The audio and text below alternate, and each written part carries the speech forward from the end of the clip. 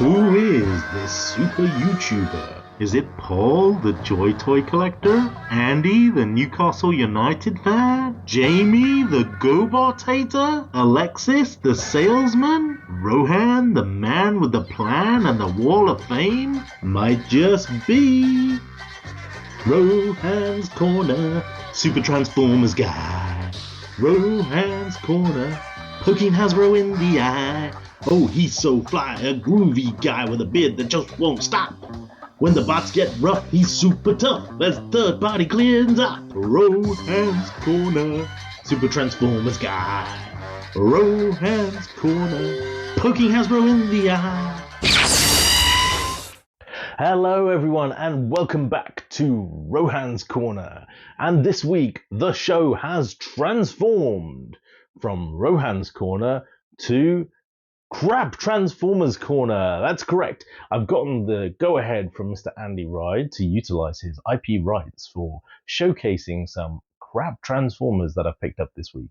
Specifically, the Transformers from 2005, 6, 7 onwards. So you might not remember this series. They're pretty old. A short-lived robot line which actually were non-transforming. And if we think about it, there were quite a few non-transforming figures back in the day. If we go back to the Action Masters, we were thinking, what are these? And then they became kind of cool.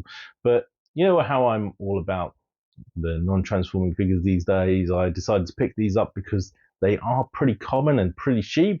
They are, of course, the Transformers Attactix figures. This line was part of a game Hasbro developed back in 2005. It started off with Star Wars figures, and they are molded plastic figures with the ability to have a little bit of articulation around the head and the arms and the such like, the waist. Some, which were shooter figures, have the ability to fire missiles or projectiles, as you can see there, and others to bash things and the such like. And it was a whole game in itself.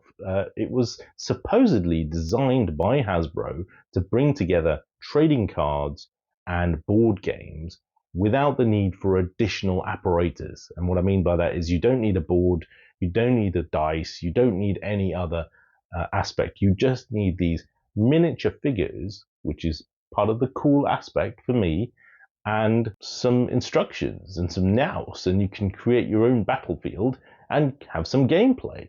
So let's take a look at what I picked up. Alright, so here we go. We've got our Transformers Attactix figures here inside of Teletran 1. Where else would they go?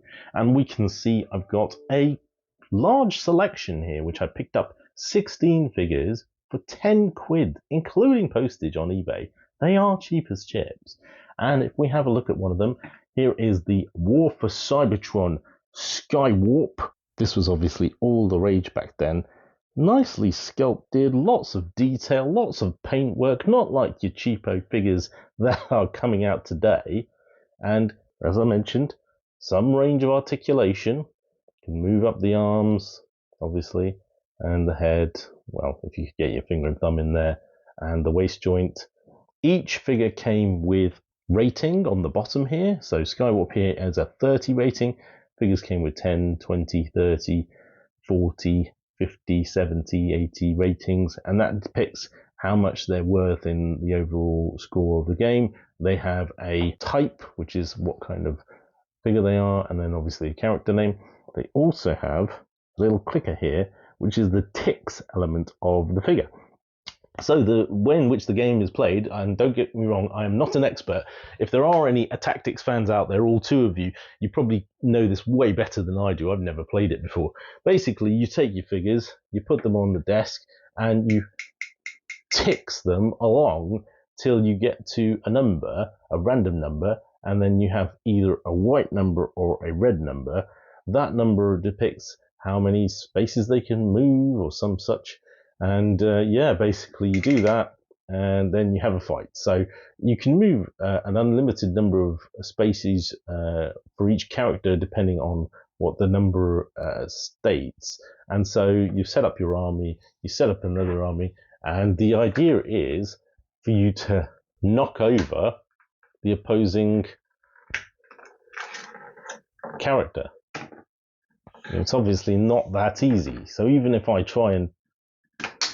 Jesus! You see? I mean, yeah, there we go. And actually the number on the bottom of the base depicts how difficult they are to knock over. So the lower level ones are harder to knock over than the higher level ones, obviously. We have Landquake here, who's obviously a repaint of Landmine, I think, from the Cybertron line. We've got Overhaul, again from Cybertron. I think this is Energon. Rodimus here.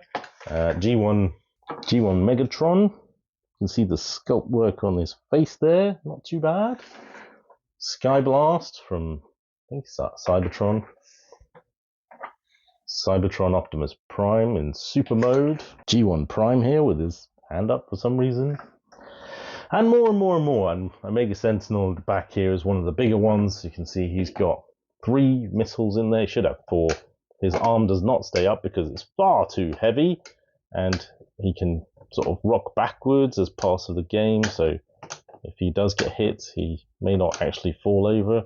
He's got movable knee joints. I don't really know what those are for. Head moves and little weapons. But the detailing is awesome. I mean, if you consider how much they've put into these, it's pretty cool. And I also got one Star Wars figure. It's actually my first ever Star Wars figure I've ever owned. Boba Fett here. Because I like Star Wars, but I don't collect Star Wars. So, yeah, there we go. And as I mentioned, the whole point of the Attactix line was it began as a Star Wars game, which then they added Transformers to and Marvel's Universe Heroes to as well, characters. And there was a plan to add more further down the line, and they didn't get there.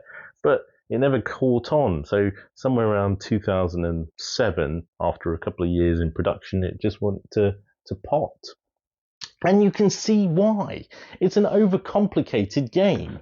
I need to take this figure and I need to take this figure and I need to do some sort of clicky thing and I need to read the base to find out, what happens if the thing says white. I need to stand up Super Optimus Prime if you have another in play. I don't have another in play. I can take Super Optimus Prime and I can take G1 Optimus Prime and I can fire it and whatever. And yeah, okay, it's a little bit kiddified at the end of the day. You can't see adults who aren't into Star Wars, Transformers, and Marvel characters playing with these. And in terms of kid play, it seems like it's quite, complex, really, overly so, to be able to get to grips with easily unless it was really popular, which is not. So, that's my first pickup. And as a treat for you, my second crap Transformers pickup of the week in the same guise is Bumblebee. Well, it's a really tiny little Bumblebee, as you can see here. He comes as part of these little £1-ish type giveaway toys, which are packed with a load of various different other toy lines, and you just don't care about. The artwork is really nice on the back here. It's obviously original G1 downscaled. The figure itself looks okay. I haven't actually had him out. He's got a little plastic bottom here to keep him standing upright. If I put him down here on the table, there you can see B in all his glory. He really has been painted quite well. The facial features, you can see his nose and mouth. Obviously the blacks and the yellows and the windscreen painted there and the Autobot logo. If I compare him to the X-Transbots little Bumblebee figure that I have and love, which I play out on a lot of my scenes with, he's pretty cool, but he's also half the size, which is pretty impressive considering the paintwork. And finally, for comparison, I have the dollar Bumblebee figure that I picked up from the States, which has obviously got some nice sculpt work and artwork on there. It's not too bad actually in comparison. A little bit grey compared to the blacks on the other two, but ultimately does the job for $1. And so yeah, this tiny little new one, crap Transformer he may be, but I quite like him. There's obviously no articulation, there's no anything, but there's a little bit of moulding in here for the wheels. There's a little bit of moulding in here for the back wheel, the spare. It's pretty cool, and for £2.05, including postage, is what I paid on eBay for him. I like him. Right, so those were the incredibly crap Transformers I picked up this week. How bad do you think they really are? Are they as bad as some of the ones that Andy showed off? Yes and no. I mean, they don't transform, so that probably doesn't help. But some of Andy's pretty bad as well. To finish off, we have the next installment of Dinobot War, and the last time we only had one actual entrant for the next page, and that is page 60. Very brave, says Grimlock approvingly. Even Slag nods in respect. You slip into the shadows inside the cave and find a shelf of rock which you can crawl along.